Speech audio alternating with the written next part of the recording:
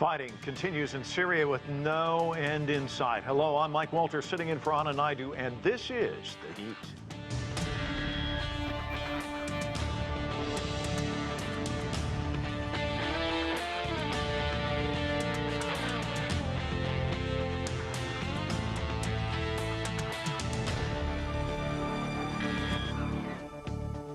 Syrian troops stepped up shelling of opposition forces in the southern city of Deraa over the weekend after a negotiated ceasefire failed to hold. It is just the latest battle in what is now a decade-long conflict that's left heavy carnage and suffering in its wake. For more, we turn to CGTN's Shu Dezhi at the United Nations. And Shu Dezhi, the war may have disappeared from the headlines, but the toll on the Syrian people, it's been staggering. Take us through some of that and the latest attempts by the UN to try and help manage this crisis. Yes, Mike, actually, according to UN's High Commissioner for Refugees, in the past 10 years of civil war, more than 13 million people are in need now for humanitarian access and also protection. More than 90% of Syrians now they live in poverty. And also 6.7 million have been displaced internally and 5.5 million fled their own country. Though there are reports suggested that about 500,000 people died during the war, but actually the United Nations stopped counting the death toll a long time ago because there's simply it's impossible to get the accurate number. Now, last month, actually, the UN Security Council just voted to extend Bab al-Hawa, a border crossing, for another year for the humanitarian access, which is a vital move for the civilians in the northwest Syria, namely the rebel-controlled area in Idlib. However, this probably is the last thing that the Security Council member states could agree on. As for the southwest Syria, fight erupted, just like you said, in the province of Deraa between the government forces and rebel groups. When I was in Syria in 2018, they negotiated a truce, or as the Syrian government called, a national reconciliation. And this just reminded us how fragile this truce would be. And also the UN Special Envoy Geir Peterson urged the international community to come up with a more constructive dialogue to help end humanitarian crisis. I believe we need a new constructive international dialogue on Syria to discuss concrete steps that should be reciprocal and mutual, defined with realism and precision, implemented in parallel, and which are verifiable. There are worrying signs that ISIL may be strengthening, given the increased frequency and reach of its latest attacks. Other listed terrorist groups remain at large and in control of territory. The UN's World Food Program also said that 60% of Syria's population is at risk of going hungry again this year, which is the highest number during the history of this conflict. Now the question is, how and when will the international community to help end Syrians' hunger crisis or humanitarian crisis or Syrian crisis overall? Mike. Good questions. Thanks so much. That's CGTN's Shu Dezhi reporting from the United Nations. There's a lot to talk about on this broadcast. Let's get right to our panel. Edmund Ghareeb is a Middle East scholar, author, and analyst. Political and economic affairs commentator Einar Tangen is joining us from Beijing. And with us from Damascus is Press TV correspondent Mohamad Ali. And Mohamad, you're there on the ground. So give us your sense of what's going on. This fighting taking place in southwestern Syria, as Shu Dezhi was talking about, this just above the border of Jordan. This is an area where this rebellion actually started 10 years ago. There's some kind of reports that are somewhat conflicting about Russia mediating some sort of ceasefire. What can you tell us about what's going on there? Yes, let me start with what happened previously. In 2018, the Syrian army was able to take control of most of Deraa governorate, the city and the countryside. And in some areas where there were still armed groups in control, those armed groups agreed to sign a reconciliation deal in which they surrender their weapons in exchange for an amnesty from the government, and they would be able to return back to life, and the government institutions will be working back in those areas. However, there were specific areas like Deraa al-Balad, areas there armed groups refused to sign such a deal. Now, because there were a large number of civilians and still the Syrian army was patient and did not wage a military offensive. But recently, it was clear that the Syrian army took a decision to secure that area and get rid of the armed groups inside there. So there were negotiations, there were reinforcements by the Syrian army sent to encircle Deraa al-Balad, and then negotiations with Russian mediation started between the Syrian army and those armed groups in Deraa al-Balad, and the notables inside Deraa, those who have influence over those leaders of the armed groups. The negotiations were successful at first, then the agreement was violated, in which there were militants who are against getting out of Deraa and against signing the deal. They want to stay inside Deraa. But because those armed groups have been for 3 years attacking with mortars civilian areas and government-held parts of Deraa, using explosives also to attack Syrian checkpoints and positions, the Syrian army under the Syrian constitution has a role, which is to ensure security and stability on all Syrian territories. So there's a decision. Those armed groups have two options: either leave, those who are against a reconciliation deal, or there will be an offensive in order to get rid of them. So talk to us about Deraa. What does it look like right now? Because I was looking at some images coming from the region. It looks like everybody's in cars. It's clogged. People want to get out of there. And also the war itself. Talk to us about the human toll and the toll on infrastructure. Well, definitely the biggest loser in any war will be the civilians at the end of the day. Civilians have the right to be afraid whenever there is war. But let's remind everyone that there are terrorist groups inside Deraa. The Syrian government regards those armed groups as terrorist groups over there. They have been occupying those areas. They have been looting people's houses, using civilian areas as their strongholds. And this, of course, will not be safe for the civilians themselves. Many left the country. Many were internally displaced because of the terrorist occupation of various parts of the country throughout, of course, the war. The situation in Deraa is not different from any area where militants used to occupy or be present inside Syria. At the end of the day, there is a mission there, under Syria's constitution for the Syrian army to ensure security and stability. But with the presence of armed groups that attack government-held parts of Syria, here we're speaking about Deraa, it is important that the army makes any kind of solution, whether peacefully, through reconciliation, or militarily, to get rid of those terrorists. But at the end of the day, what is important for the Syrian army is not to harm civilians in such a move, if it was a military one. So this is what is happening. The Syrian army is being patient. It's trying its best in order to solve out this situation peacefully through a deal. Edmund, let me get, I've got a couple of questions for you, but let me get your sense of how Washington is viewing what's happening in Deraa. Well, clearly Washington is concerned about what's been going on in that area, and very much the expressions of concern for the civilian population and for a civilian solution or civil solution to this conflict. And of course, in the past, there has been criticism of the Syrian government and its policies, but the situation on the ground is tense, and I think this is important and has gained increased importance recently because of the situation between Syria and Israel on the one hand, and also between Jordan and Syria, because the Jordanian government, when the Jordanian king came to Washington a few weeks ago, he wanted to open up to trade with Syria and asked for the U.S. for support. But this situation makes it much more complex, much more difficult. And that's why it's important to get a solution for the situation in Deraa, which, as you pointed out, and as we heard also from your reporter there, that this is where the conflict in Syria started. You know, internal opposition and the West wanted Assad gone as president. That has not happened. He just won his fourth 7-year term, captured 95% of the vote. Of course, in the West, they're calling this a sham election. But nevertheless, after a decade of fighting, he's still standing. In fact, he's doing well in many respects. Why do you think that is? How has he been able to survive all of this? Actually, that's a very good point. I think there was a lot of basically, around 2010, 2011, you remember the Arab Spring, where large numbers of people who were very unhappy with their governments came down to the streets and were protesting. And those protests, which started in Tunisia, which now is going through another phase of that revolution, actually brought down the president.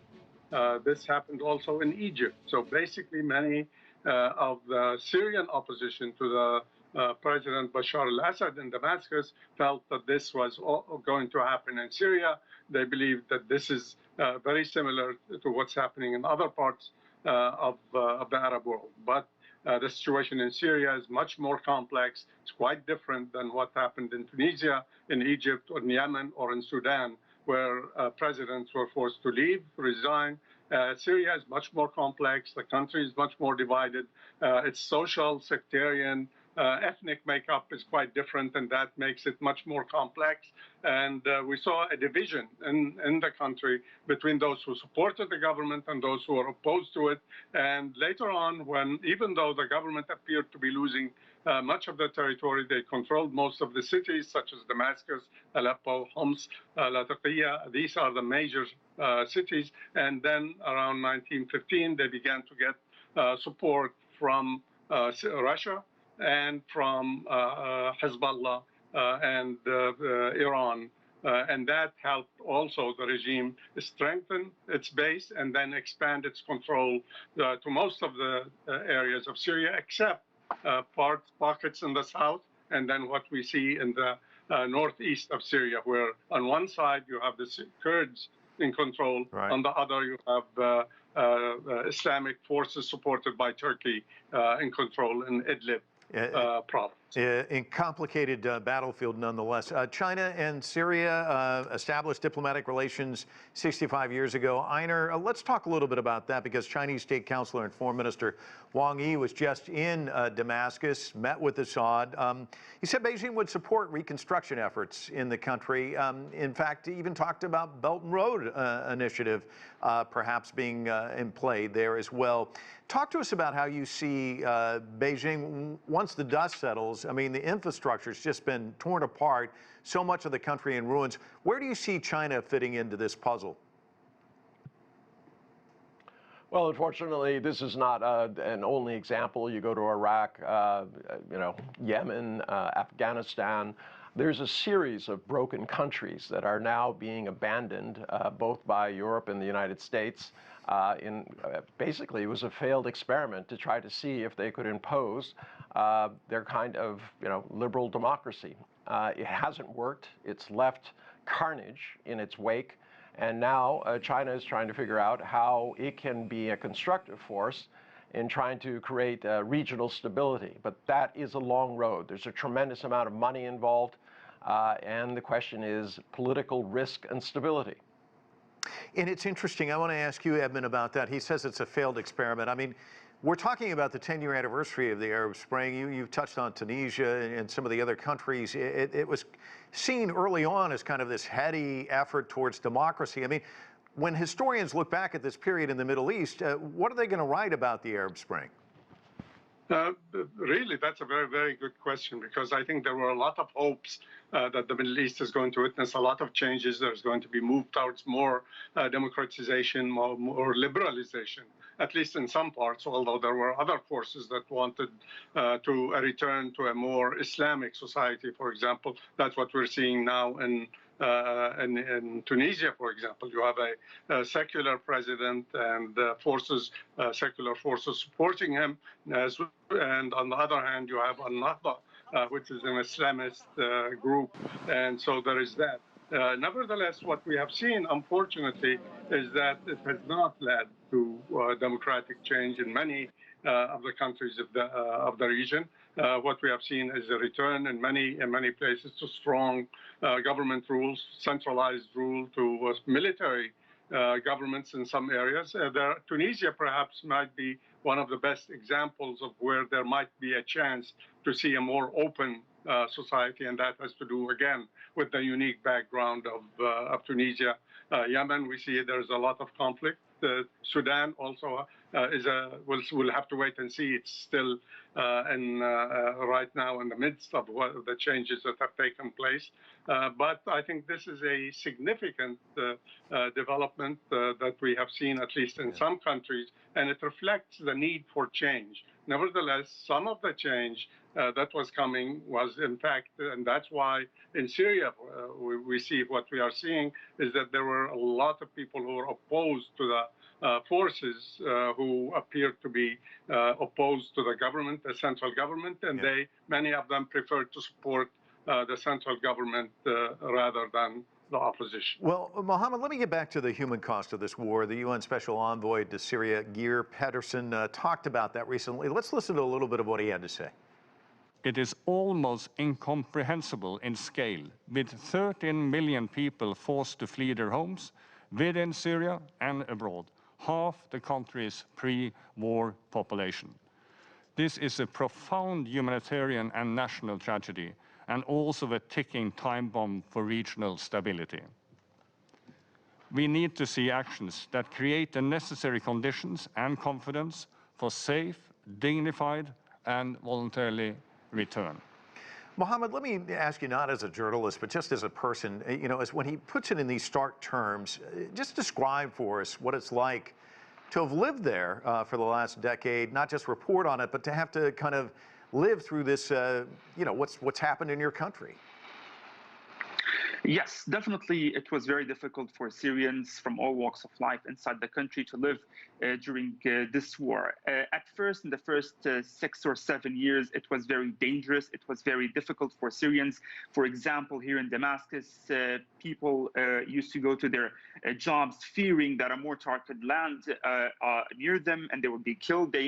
Despite that, they used to go to their jobs. They want to live their life and challenge what is happening. There were mortars falling on schools from areas that terrorists control. There are so many challenges, militarily speaking, on the security level over here and the situation. However, now, just 3 years ago, and starting since 3 years ago, the situation is difficult from another aspect. Economically speaking, there is an economic war on Syria now. The Syrian pound is dropping rapidly before the US dollar. There are so many unilateral sanctions by the United States, by Europe, of course, and all of that is affecting the daily lives of the Syrians. For example, those sanctions are how they're affecting their daily lives. Even the Syrian government, for example, the Central Bank of Syria, cannot make any transaction in light of such sanctions in order to import goods for Syrians, food, medicine, anything they need. So it's a very difficult situation currently, economically speaking. Of course, unlike what was before that, those 3 years, it was militarily a difficult situation on the security level inside the country. But in both cases, Syrians are living a very difficult life, and there should be a kind of solution. The international communities should do something in order to lift those sanctions, the economic sanctions, which are affecting not the government, but the Syrians. But if you ask many analysts, many Syrians on the street, even the ordinary Syrians, they'll tell you that after the United States and its allies failed to topple Syria's president militarily, now they are starving through those sanctions, the Syrian people, hoping that the people would go against their government and their president.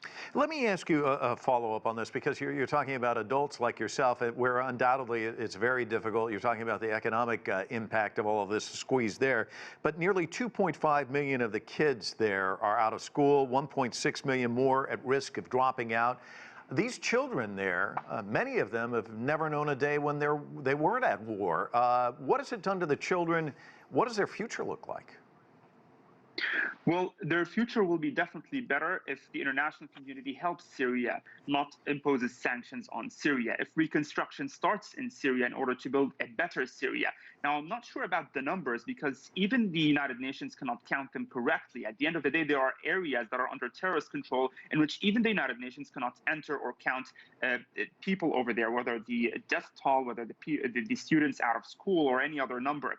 But definitely it is a very bad situation. There should be help given to the Syrian people. There shouldn't be countries like the United States and its allies, European countries in particular, imposing sanctions, standing in the face of reconstructing Syria and helping Syrians and giving hope to refugees in order to convince them to come back to their country. Those are very important issues, and if those countries do not lift such sanctions, definitely the war will continue in such the humanitarian crisis will continue. And a very important also issue is that if the United States, which is illegally present in Syria, occupying parts of Syria without a UN mandate, without the consent of the Syrian government, if Turkish forces, which are also illegally in Syria, do not get out, also the country will remain divided, and this will prolong the crisis inside Syria. Einar, let's talk a little bit about Wang Yi's trip there to Syria, because once again, he reiterated China's stance, which is they do not want regime change in Syria. And for his part, Assad said that Syria supports China unconditionally on these issues of Taiwan, Xinjiang, and Hong Kong. Can you talk about this geopolitical relationship between these two countries? Well, unfortunately, it has a lot to do with the problems between China and the U.S. There's this kind of growing Cold War, which is kind of bled over into these other areas. Now, to make it clear, China is not interested in any regime change anywhere, and they have often stated that. So it's not an exception. They're not saying they're in favor of Bashar Assad. In particular, they're just saying that countries have the right to pursue their own path. These instigations and interventions have led to nothing but tragedy. And we've seen that time and time again, whether it's Libya, Iraq, Afghanistan, Yemen. I think it's time to withdraw, to stop providing guns and ammunition and bombs to these combatants and get them to the table so that they can figure out what their differences are and how they can go ahead. Because, as has been pointed out, it's the civilians who are suffering because of this. And unfortunately, it doesn't seem that the U.S. and many other countries who have intervened even care anymore. Well, Edmund, Einar teed things up. He says, you know, put down the guns. We've got to have talks. And this gets back to Pedersen, who's the fourth Syrian envoy. They call his job Mission Impossible. He, of course, just recently met in Moscow with Sergei Lavrov, the foreign minister of Russia. Prior to that, he was in Rome, where he met with U.S. Secretary of State Tony Blinken and European diplomats. He said it's time for everybody to kind of sit down at the table, kind of put their cards on the table, come up with solutions. But we've been talking about diplomatic solutions for this war for some time now. Do you see any signs that that's a direction that we can actually see in the near future?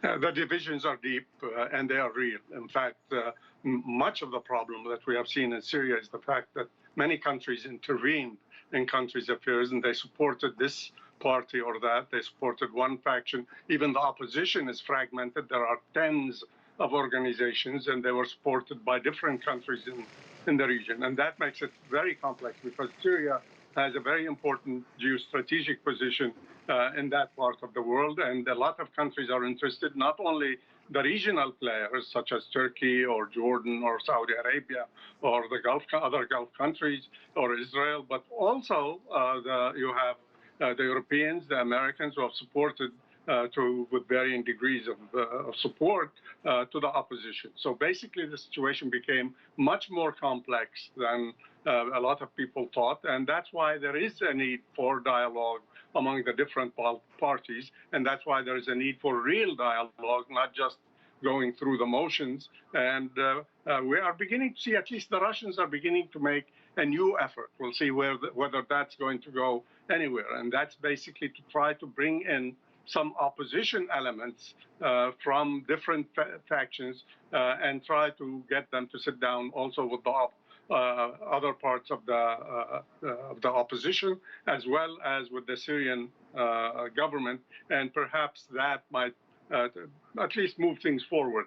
I think China also is playing an important role now. The visit was very significant that it occurred the day after President Assad swore the oath after the election victory, and at the same time they called on for an end to efforts to have more colored revolutions, and they talked about trying to lift the sanctions, that's the best way also to help the Syrian people, and most of these sanctions are imposed by Western countries, and therefore I think there might be a new effort. And there has been a meeting recently that we all know about between President Biden and President Putin, and there was talk about Syria. Hopefully, some discussion is still going on, and if that takes place, that might make it a little bit easier to reach some kind of an agreement, because there is a need to get the support of the foreign players who are backing different factions on the ground. Well, Mohamad, let me ask you about, when you're out on the streets of Damascus, what's the sense there? I mean, obviously, you'd like to see everybody sit down at the table and hash out some kind of solution. You want the guns to be put down. I mean, this is actually impacting your life and others there in the country. Are people hopeful, or have you heard this tune before? Well, they're definitely hopeful. They want to rebuild their country. They have suffered for 10 years, and they have witnessed all kinds of difficulties. They have witnessed the war. They have witnessed the economic war, the military war. So definitely they are hopeful. They want to challenge the current circumstances. They do believe that they are the only ones who will be capable to rebuild their country. But at the same time, they know that this is difficult because there are so many countries that have interests inside Syria and do not want Syria to be stronger. For example, Israel. It's an enemy to Syria. It occupies parts of Syria and continues until this day to attack Syria illegally. The United States also, it occupies parts of Syria, and it occupies the richest part of oil resources there, giving all of those oil resources almost to the so-called Syria's democratic forces and depriving the entire country and entire Syrians in other areas from such resources. And because of that, for example, Syrians only see 6 hours in a day out of 24 with electricity power because there are no resources, gas resources, to fuel the gas stations and provide electricity. This is just one of the impacts of the U.S. occupation there. Well, so it's very difficult, but they do want those foreign forces to leave. They want economic sanctions to be lifted, and they want to build their country. We're just about out of time. Einar, briefly, if you can, I was just reading today the Syrian rescue workers known as the White Helmets said that their teams had responded to 330 attacks since the beginning of June. 89 people died, including 27 children. You don't read about this in the newspapers lately. What do you think the message is there? The international community kind of turning the page on what's happening in Syria, all the suffering still continuing. What are your thoughts? Well, it's the same as Afghanistan. These countries have broken, and now people are walking away. It's going to take a concerted effort by the world. This is not as simple as even my my colleagues have just expressed.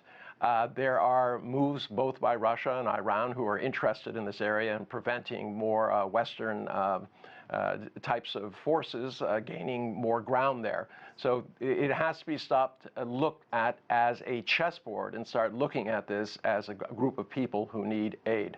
And that's China's position.